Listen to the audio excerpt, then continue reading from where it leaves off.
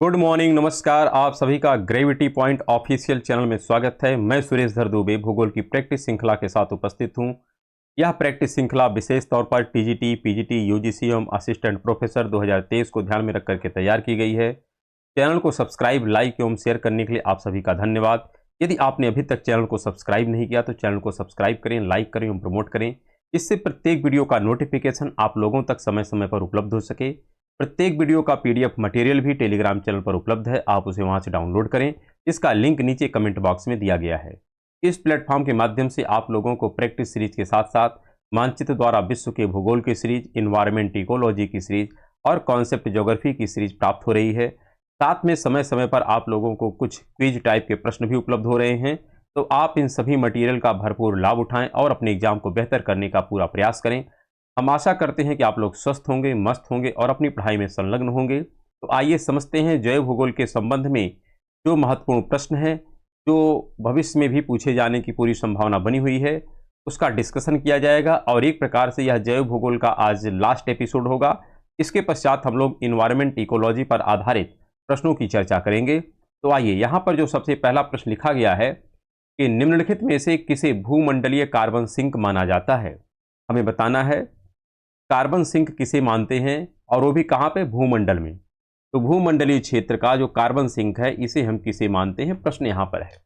यहाँ पर ऑप्शन दिया है अंटार्कटिक का क्षेत्र, सहारा मरुस्थल, भूमध्य रेखीय वर्षा के वन और आर्कटिक महासागर। तो हम लोग स्वतः समझते हैं कार्बन सिंक का तात्पर्य होता है कि जो एटमॉस्फियर से अर्थात वायुमंडल से अत्यधिक मात्रा में कार्बन को क्या करे, अवशोषित करे। तो इसका कार्यकर्ता क्या है, जो वनस्पतियां होती हैं, कौन, वनस्पतियां ही कार्बन को क्या करती हैं, अवशोषित करने का कार्य करती हैं।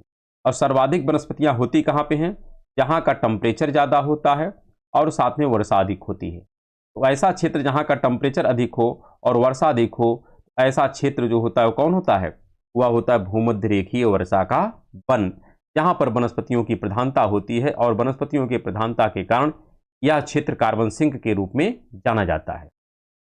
अगला प्रश्न है कि मरुस्थलीय बायोम वनस्पति के संदर्भ में निम्नलिखित में से कौन सा कथन सही नहीं है। यहाँ पर 4 ऑप्शन दिए गए हैं। तो देखना है कि यहाँ पर 3 जो विकल्प है यह मरुस्थलीकरण वनस्पति को डिफाइन करता है, लेकिन एक ऐसा विकल्प है जो इसको डिफाइन नहीं करता है। जैसे लिखा है छोटी टेप रूट, अर्थात यहाँ पर जड़ें हैं, उस जड़ के विषय में बता रहा है कि इसकी जड़ें क्या होती हैं, छोटी होती हैं। जबकि हम लोगों को स्पष्ट होना चाहिए कि जो मरुस्थलीय प्रदेश की वनस्पतियां होती हैं इनकी जड़ें काफ़ी लंबी होती हैं, काफ़ी गहराई में प्रवेश करती हैं, जिससे लंबे समय तक ये लोग जल को प्राप्त कर सकें। तो यहाँ पर जो लिखा है ना कि छोटी टेप रूट वाला, ये गलत है। छोटा नहीं बल्कि बड़ी टेप रूट वाली यहाँ की वनस्पतियां होती हैं, तो यह गलत है। अर्थात यह मरुस्थलीय वनस्पति को डिफाइन नहीं करता है और इस आधार पर यही आंसर होगा। जबकि अल्पायु पौधे होते हैं, ये बात ठीक है कि मरुस्थलीय प्रदेश की जो वनस्पतियां होती हैं इनकी एज ज़्यादा नहीं होती है। इनकी पत्तियां जो होती हैं मोमी होती है, मतलब मोटी होती हैं, और जैसे इसमें आयल की मात्रा ज़्यादा होती है जिससे वाष्पोत्सर्जन की प्रक्रिया कम से कम हो। फिर लिखा है पत्ते की परावर्तक सतह होती है। तो सब यहाँ पर विकल्प जो दिए गए हैं तब मरुस्थलीय वनस्पति को डिफाइन करता है, लेकिन पहला विकल्प मरुस्थलीय वनस्पति के अगेंस्ट है, इसलिए गलत है और यही उत्तर होगा। अगला यहाँ पर प्रश्न है कि मरुद्भिद वनस्पति, मतलब वही मरुस्थलीय वनस्पति, निम्न में से किसके विरुद्ध जीवित रह सकती है। अर्थात यहाँ पर कहने का तात्पर्य है कि 3 ऐसा विकल्प है जिनमें यह जीवित नहीं रह सकती, लेकिन एक ऐसा विकल्प है कि उस पर्टिकुलर कंडीशन में यह वनस्पति जीवित रहेगी। जैसे लिखा उच्च टेम्परेचर, तो अगर टेम्परेचर ज़्यादा कर दें तो क्या यह वनस्पति जीवित रह सकती है कि नहीं, तो नहीं रह सकती। उच्च टेम्परेचर का मतलब जब मैक्सिमम टेम्परेचर कर दिया जाए बहुत ज़्यादा तो नहीं रह पाएगी। आर्द्रता अगर अधिक कर दिया जाए तो भी नहीं रह पाएगी, क्योंकि यह वनस्पतियाँ सेमी एरिड रीजन के लिए ही ज़्यादातर आइडियल होती हैं। तो अगर यहाँ का टेम्परेचर अधिक हो जाएगा तब भी नहीं रह पाएंगी। यहाँ का अगर ह्यूमिडिटी अधिक कर दें, आर्द्रता अधिक कर देंगे तब भी वनस्पतियाँ समाप्त हो जाएंगी। और अगर टेम्परेचर भी काफ़ी कम कर देंगे तो भी वनस्पतियाँ समाप्त हो जाएंगी। यहाँ का जो पर्टिकुलर वनस्पति का कैरेक्टर होता है यह सूखा परिस्थिति होती है। सेमी एरिड या एरिड रीजन होता है, जो इसके लिए बेहतर होता है और ऐसे क्लाइमेट में यह वनस्पतियां अपने आप को जीवित रख सकती हैं, इसलिए ऑप्शन हो जाएगा डी सही। अगला यहां पर प्रश्न है कि भूमध्य सागरीय जलवायु की विशेषता क्या है। अब यहां पर हमको देखना है कि जो भूमध्य सागर की जलवायु की विशेषता है, वैसे इसके विषय में हम लोग कई बार चर्चा कर चुके हैं, लेकिन फिर भी यहाँ पे भी इसका डिस्कशन होना चाहिए। तो यहाँ पर है कि भूमध्य सागरीय जलवायु का तात्पर्य ये होता है कि गर्मी का जो समय होता है यह शुष्क होता है, और जो शरद काल होता है यह कैसा होता है, वेट होता है, अर्थात आर्द्र होता है। तो वही यहाँ पर चयन करना है। लिखा है ग्रीष्म ऋतु आर्द्र, तो ग्रीष्म ऋतु आर्द्र नहीं होती, शुष्क होती है, गलत हो गया। फिर लिखा शुष्क जो है ग्रीष्म ऋतु होती है, ये बात सही है। और शीतकाल कैसी होती है, आर्द्र होती है, तो ये सही है, अर्थात यही आंसर हो। अगला प्रश्न यहाँ पर है, मिलान करने वाला है। एक तरफ राष्ट्रीय उद्यान है और एक तरफ राज्य है कि यह पर्टिकुलर राष्ट्रीय उद्यान या वन्य जीव अभ्यारण्य किस राज्य में है। जैसे लिखा है नंदन कानन, तो नंदन कानन जो है यह उड़ीसा में है। कहाँ पर है, उड़ीसा में है। इसी प्रकार काजीरंगा कहाँ पर है, तो काजीरंगा असम में है। काजीरंगा और मानस दो असम में होते हैं। इसी प्रकार अगर हम बात करें बांधवगढ़ का, तो बांधवगढ़ कहाँ पर है, यह मध्य प्रदेश में है। और मेलघाट कहाँ पे है, तो महाराष्ट्र में है। तो ऐसे में अगर हम मिलान करें तो हमारा आंसर हो जाएगा 3421। तो 3421 अर्थात यहाँ पर सी ऑप्शन सही हो जाएगा। अगला प्रश्न यहाँ पर लिखा है, भूमध्य सागरीय प्रदेश के लोगों का मुख्य व्यवसाय क्या है। तो भूमध्य सागर में ज़्यादातर हम जानते हैं कि फलों का प्रोडक्शन होता है, और फल भी कैसे होते हैं, रसदार किस्म के फल होते हैं, जिसमें नींबू है, संतरा है, अंगूर है, इन टाइप के फलों की प्रधानता होती है। साथ में यहाँ पर हम लोग अन्न की फसल भी पैदा करते हैं। यहाँ पर पशुचारण की व्यवस्था नहीं है, ध्यान रखिएगा। यह जो पशुचारण की व्यवस्था होती है या इस प्रकार का जो व्यवसाय होता है, यह उस क्षेत्र में होता है जो सेमी एरिड होता है या एरिड होता है, अर्थात मरुस्थलीय क्षेत्र। पशुधन संवर्धन का भी वहीं पर प्रधानता होती है, इसलिए ये भी नहीं सही होगा। उष्णकटिबंधीय फसलों को उगाना, तो उष्णकटिबंध की फसल यहाँ पर उगेगी नहीं, क्योंकि यह जो क्लाइमेट है यह कैसा है, समशीतोष्ण कटिबंध टाइप का है, और यहाँ पर वर्षा गर्मी में नहीं बल्कि ठंडे में होती है। इसलिए यहाँ पे हम लोग क्या करते हैं, रसदार फल और अन्न को पैदा करने का प्रमुख व्यवसाय करते हैं। अगला यहाँ पर प्रश्न है कि निम्नलिखित में से कौन सा टैगा बायोम है।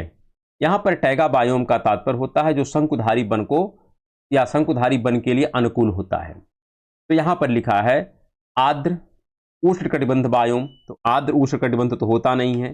टैगा का तात्पर्य होता है 45 से लेकर के 60 डिग्री के मध्य का क्षेत्र, तो वहाँ का टेम्परेचर कैसा होता है, समशीतोष्ण होता है।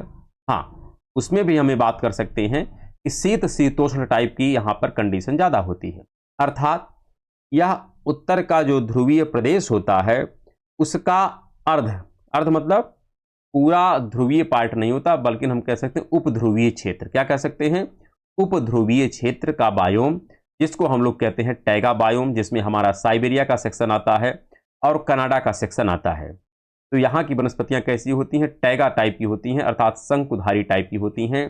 तो इसको डिफाइन कौन करता है, यहाँ पर है अर्ध उत्तर ध्रुवीय बायोम। सवाना तो उष्णकटिबंध का है, तो ये हो नहीं सकता। उप सहारा भी यह उष्णकटिबंध का है, तो ये भी नहीं होगा, इसलिए ऑप्शन हो जाएगा बी सही। अगला यहाँ पर प्रश्न है, टैगा वनों के विषय में पूछ रहा है और बताना है कौन सा कथन सत्य नहीं है। इसका तात्पर्य है टैगा के संबंध में सब सत्य हैं, लेकिन एक ऐसा विकल्प लिखा है जो सत्य नहीं है और उसी का चयन करना है। लिख रहा है पहला विकल्प कि वन आच्छादन पर शंकुधारी वृक्षों की प्रमुखता होती है। तो ये बात सही है, क्योंकि टैगा वन को इसी आधार पर तो हम कहते हैं शंकुधारी वन, क्योंकि यहाँ पर शंकुधारी वृक्षों की प्रधानता होती है, तो ये तो सही है। फिर लिखा वृक्षों की वृद्धि बहुत तेज होती है, गलत है। वृक्षों की वृद्धि बहुत तेज नहीं होगी। हाँ, वृक्षों की जो वृद्धि है यह सामान्य होगी या सामान्य से कम होगी। क्यों, क्योंकि टेम्परेचर से विकास का संबंध होता है। तो जब टेम्परेचर ही कम रहेगा, ऐसे में वृद्धि बहुत तेज गति से नहीं होगी, बल्कि सामान्य या सामान्य से कम ही होगी। ऐसे में यह सही डिफाइन नहीं कर रहा है और इस आधार पर यह आंसर होगा। और अगला विकल्प लिख रहा है कि वन तल काफी साफ होते हैं। ये बात ठीक है कि जो वन का ग्राउंड होता है, क्योंकि यहाँ पर वृक्ष होते हैं, दूर दूर होते हैं, इसलिए यहाँ का जो नितल होता है या भूमि जो होती है यह काफ़ी साफ सुथरी होती है। ये भी सही डिफाइन है। और वृक्षों का जो व्यास होता है यह 2 सेंटीमीटर से लेकर के 60 सेंटीमीटर के बीच रहता है, तो ये भी सही है, लेकिन बी वाला सही नहीं है और इस आधार पर यही आंसर होगा। अगला प्रश्न है कि भौगोलिक क्षेत्र में सभी पारिस्थितिकीय तंत्र इकट्ठे ज्यादा बड़ी इकाई बनाते हैं, जिसे हम क्या कहते हैं। अब देखिए, बात कर रहा है कि भौगोलिक क्षेत्र में सभी पारिस्थितिकीय तंत्र इकट्ठे ज्यादा बड़ी इकाई बनाते हैं। इसका तात्पर्य है कि यहां पर ऐसा कौन सा पारिस्थितिकीय तंत्र है जो इन सब में बड़ा है, उसी के विषय में पूछ रहा है। क्या समुदाय? तो ऐसा नहीं है। समुदाय के पश्चात अगर हम लोग बात करते हैं तो जीन आता है, जीन के पश्चात कोशिका आता है, कोशिका के पश्चात अंग आता है, अंग से जीव बनता है, जीव से जनसंख्या बनती है, जनसंख्या से समुदाय बनता है, उसके पश्चात पारिस्थितिकी तंत्र बनता है, और पारिस्थितिकी तंत्र में भी जब हम आगे बढ़ते हैं तो जाके हमारा बायोम आता है। क्या आता है? बायोम आता है। तो यहां पर बायोम सबसे बड़ा तंत्र है। कौन सा? बायोम ही सबसे बड़ा तंत्र है, और इस आधार पर आंसर हो जाएगा बायोम। क्या हो जाएगा? बायोम।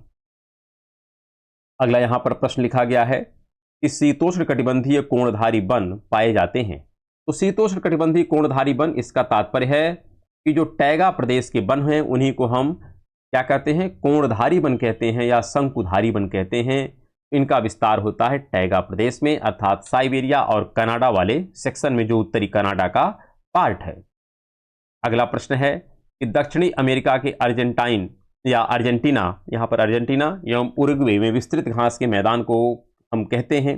वैसे हम लोग कल के एपिसोड में डिस्कस किए थे कि किस प्रकार से अर्जेंटीना वाले सेक्शन में पंपास का मैदान घास का पाया जाता है, और वहीं पर हम लोग पाए थे कि एक कह सकते हैं वहाँ पर मैदान भी था, और उस मैदान के विषय में भी हम लोग चर्चा कर रहे थे, जहाँ पर पराना और पराग्वे नदियों के माध्यम से उस मैदान का निर्माण किया जाता है। तो कहीं ना कहीं हम इसको मैप के माध्यम से देख चुके हैं, लेकिन फिर भी, और उसकी चर्चा तो वैसे भी हमने मानचित्र द्वारा विश्व के भूगोल के सीरीज में किया है, तो आप लोग उसको भी प्रेफर करें, काफ़ी अच्छा आपको नॉलेज प्राप्त होगा। साथ में आप कुछ भी देख रहे हैं एटलस को आप अवश्य देखें, क्योंकि बगैर एटलस के यदि आप पढ़ रहे हैं तो फिर आपकी जानकारी अधूरी है। इसलिए कोई भी यदि तथ्य ऐसा नज़र आता है यहाँ पर एटलस का कुछ भी अगर इस्तेमाल हो रहा है तो आप अवश्य इस्तेमाल करें। अगला यहाँ पर प्रश्न है कि जैवमंडल भंडार है और एक तरफ अवस्थिति है, कि कौन सा जैवमंडल किस राज्य से संबंध रखता है। जैसे नोकरे है तो नोकरे मेघालय में है, इसी प्रकार मानस कहाँ है? असम में है। फिर अगर हम सिमलीपाल बात करें तो उड़ीसा में है, और अगस्त्यमलाई कहाँ पर है? तो केरला में है। ऐसे में विकल्प हमारा हो जाएगा, हम मिलान कर सकते हैं।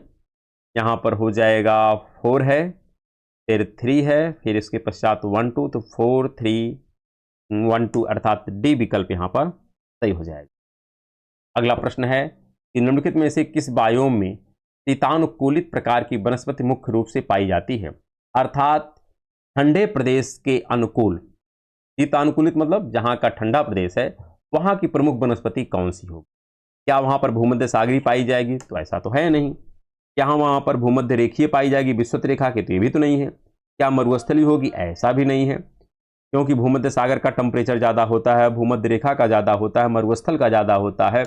लेकिन शीत प्रदेश की बात कर रहा है ना, तो शीत प्रदेश का तात्पर्य होता है आर्कटिक टुंड्रा बायोम। तो आंसर होगा ए। और अगला प्रश्न यहाँ पर है कि निम्नलिखित में से कौन वनस्पति समूह वन जीवों में, कहाँ पर? वन जीवों में सम्मिलित नहीं किया जाता है।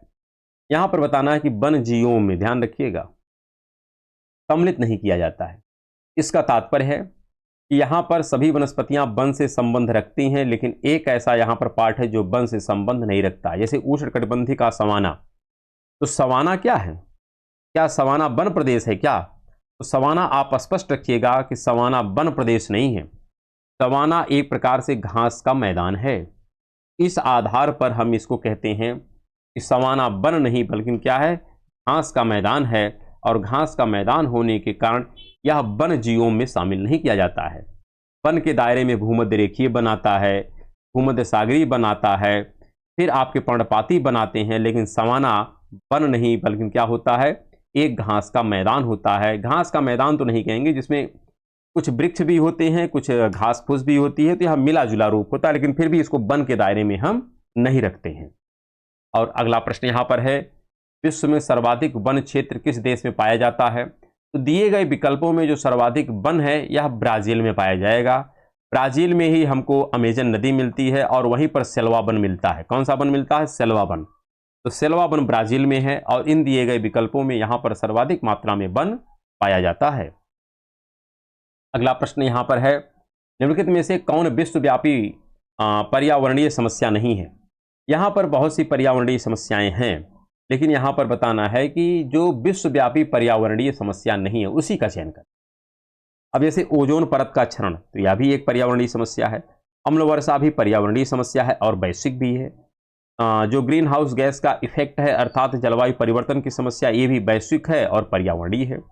लेकिन वन का रोपण यहां पर लिखा है, ध्यान रखिएगा, वन का रोपण, वन रोपण हमारे लिए पॉजिटिव इंपैक्ट डालता है, ना कि नेगेटिव। ध्यान रखिएगा, वन को अगर आप लगाते हैं तो इसका तात्पर्य आपने वृक्षारोपण किया, और वृक्षारोपण से कोई समस्या नहीं उत्पन्न होती बल्कि समस्या का समाधान होता है।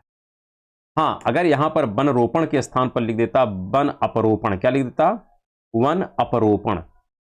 अगर यह अपरोपण होता तो गलत हो जाता, क्योंकि अपरोपण का तात्पर्य होता है वन की कटाई और रोपण का तात्पर्य होता है वन का कह सकते हैं उसको फिर से हम वन को बढ़ा रहे हैं।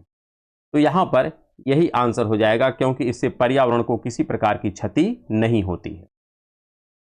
यहां पर मिलान करना है, एक तरफ जीवोम है और एक तरफ वनस्पति समूह है कि किस प्रकार के बायोम में कौन सी वनस्पति पाई जाती है। जैसे वन रूपी अगर बायोम है तो यहां पर देखिए बहुत ध्यान से हमको समझना है, क्योंकि टुंड्रा जो है यह अल्पाइन है, यह स्पष्ट रखिए। टुंड्रा कैसा है? अल्पाइन है।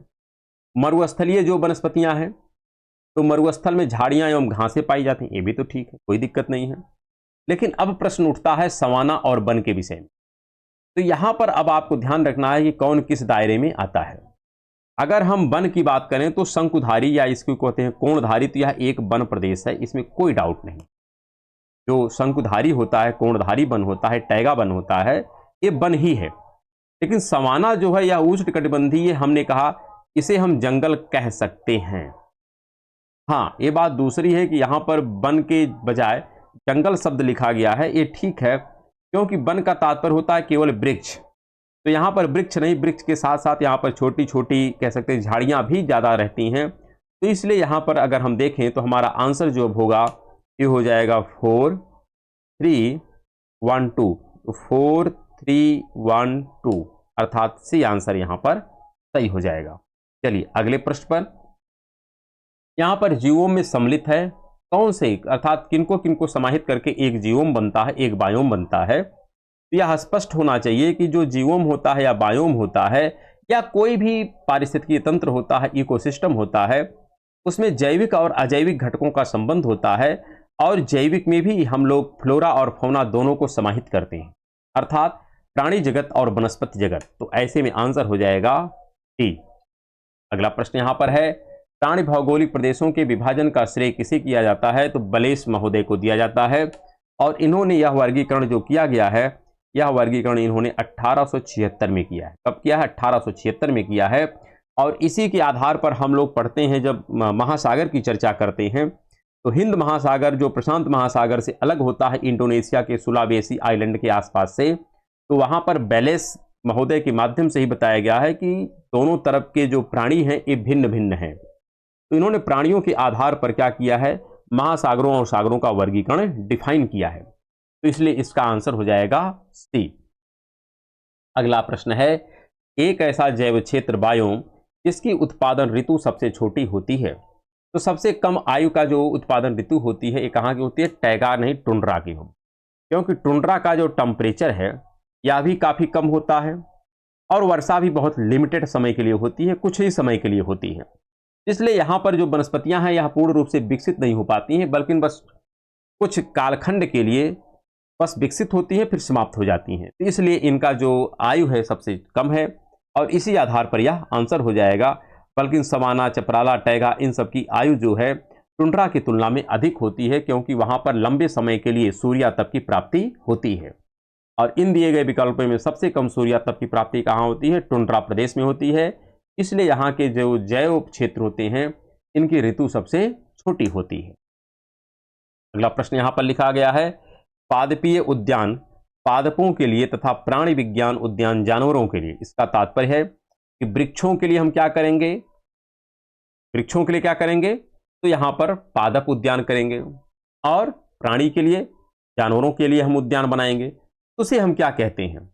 तो देखिए, अगर जानवर के लिए बनाते हैं तो उसको कहते हैं चिड़ियाघर। क्या कहते हैं, चिड़ियाघर, नाम आप लोग सुने होंगे, चिड़ियाघर। और इसी प्रकार के जो पादप उद्यान होते हैं उसको कहते हैं बोटेनिकल गार्डन। क्या कहते हैं, बोटेनिकल गार्डन। ये बोटेनिकल गार्डन जो होते हैं और चिड़ियाघर, ये दोनों कृत्रिम व्यवस्थाएं होती हैं, और इसलिए इसको हम कहते हैं, ये है कृत्रिम है। कैसे हैं, कृत्रिम है, और कृत्रिम को ही हम कहते हैं बहिर्स्थानिक। क्या कहते हैं, बहिर्स्थानिक, और इसी को कहते हैं एक्स सीटू। क्या कहते हैं, एक्स सीटू। ये एक्स सीटू मैकेनिज्म है। एक्स सीटू मैकेनिज्म का तात्पर्य है कि उनके प्राकृतिक आवास से दूर कहीं पर उनका संरक्षण सुनिश्चित किया जाए। तो ऐसे में आंसर हो जाएगा ए। और यहीं पर ध्यान रखिएगा, स्वास्थान का तात्पर्य होता है इन सीटू। क्या होता है, इन सीटू। यहां पर निम्नलिखित में से कौन सा एक भूगर्भिक पर्यावरणीय आपदा नहीं है। यहां पर बताना है कि ऐसी कौन सी आपदा है जिसका संबंध भूगर्भ से नहीं है।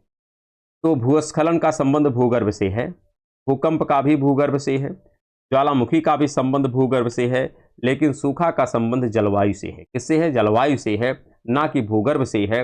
हाँ, ये भी एक आपदा है, लेकिन यह भूगर्भिक नहीं है बल्कि जलवायु जनित है, इसलिए इसका आंसर हो जाएगा सी। और अगला प्रश्न यहां पर है, हमको मिलान करना है। एक तरफ घास का मैदान है और एक तरफ देश है। जैसे दक्षिण अफ्रीका में कौन सा घास का मैदान होता है, तो वहां पर बेल्ट पाया जाता है। यह एक समशीतोष्ण कटिबंधीय घास का मैदान है। इसी प्रकार उत्तरी अमेरिका में जो है उसका नाम प्रेयरी है, और दक्षिणी अमेरिका में जो इसका नाम पंपास है, और ऑस्ट्रेलिया में जो इसका नाम है डाउन्स है। और अफ्रीका का भी एक और घास का मैदान है जिसमें सवाना आता है, जो उष्ण कटिबंध का है। कैसा है, उष्ण कटिबंध का है। तो यहां पर तो चूंकि हमारा आंसर जो हो जाएगा 4123, 4123, अर्थात यहां पर हो जाएगा पहला विकल्प हमारा सही हो जाएगा। क्या हो जाएगा, पहला विकल्प सही हो जाएगा। अगले प्रश्न पर चलते हैं कि किसी भी प्राकृतिक प्रदेश को प्रभावित करने वाला सबसे महत्वपूर्ण कारक है। अब देखिए, यहां पर दिख रहा प्राकृतिक प्रदेश को प्रभावित करने वाला सबसे महत्वपूर्ण कारक होता है। ये बात हम सब लोग जानते हैं कि किसी भी प्राकृतिक प्रदेश का निर्धारण करने के लिए वहाँ की मृदा, वहाँ का क्लाइमेट सब उत्तरदायी होता है, लेकिन सबसे ज़्यादा जो उत्तरदायी होता है वो होता है जलवायु। जलवायु का संबंध टेम्परेचर और वर्षा से होता है, तापमान और वर्षा से। जहाँ का जैसा टेम्परेचर, जैसी वर्षा, उसी प्रकार से वहाँ की मृदा होगी, और उसी प्रकार का वहाँ का पूरा लैंडस्केप डेवलप होता है, और उसी प्रकार से वहाँ की वनस्पतियाँ भी विकसित होती हैं। इसलिए सबसे ज़्यादा जो प्रभावी करने वाला अगर कोई फैक्टर है तो उसका नाम है जलवायु, क्लाइमेट। चलिए, इसी के आधार पर हम लोग 3 प्रकार के बायोम का डिस्कशन करते हैं। एक होता है टुंड्रा टाइप का, एक होता है उष्णकटिबंधीय टाइप का, और एक होता है समशीतोष्ण कटिबंधीय बायोम। उसका निर्धारण इसी जलवायु के आधार पर ही किया जाता है। अगला यहाँ पर प्रश्न है कि टुंड्रा प्रदेश में मिलने वाला जो सामान्य जानवर होता है, इसको क्या कहते हैं, इसको रेनडियर कहते हैं। क्या कहते हैं, रेनडियर। तो रेनडियर टुंड्रा प्रदेश का एक प्राणी है जो हमको समझना होगा। चलिए, इसी के साथ आज का जो एपिसोड है इसको हम समाप्त करते हैं, और कल हम लोग एक नए प्रकार के एपिसोड में मिलेंगे, जिसमें स्पेशल हम लोग इन्वायरमेंट इकोलॉजी पर आधारित प्रश्नों की चर्चा करेंगे। तो ठीक है, अब मिलते हैं कल के क्लास में। तब तक के लिए नमस्कार, धन्यवाद।